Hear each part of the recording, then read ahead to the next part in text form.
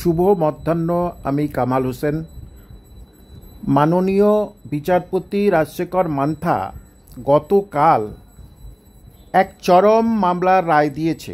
2009 সালে বামফ্রন্টের সময়ে যে প্যানেল তৈরি করেছিল, সেই প্যানেল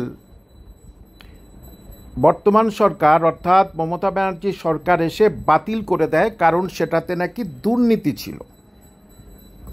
বর্তমানে অর্থাৎ গতকাল মালদা, উত্তর 24 পরগনা, দক্ষিণ 24 পরগনায় প্রায় 1000 খানেক প্যানেলভুক্ত প্রার্থীদের তাদের এত বছরের লড়াইয়ের মর্যাদা দিলেন মাননীয় বিচারপতি রাজশেখর মান্থা।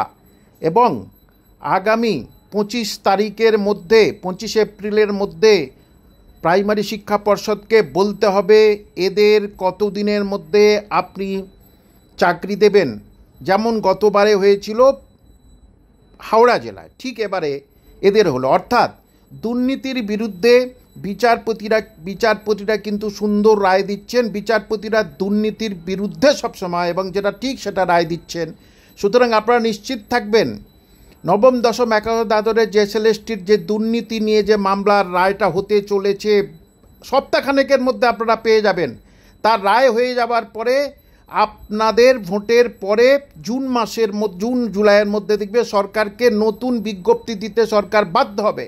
কারণ যাদের চাকরি চলে যাবে 5 থেকে 8,000 হিসেবে, মধ্যশিক্ষা পর্ষদের হিসেবে এবং স্কুল সার্ভিস কমিশনের হিসেবে তারা এটা জমা দিয়ে হলফনামা আকারে, তাহলে তারাও আবার পথে নামবে।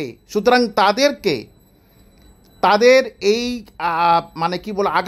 আঘাত থেকে ভোলার জন্য আবার নতুনভাবে বিজ্ঞপ্তি দিতে বাধ্য SLST এবং প্রাইমারি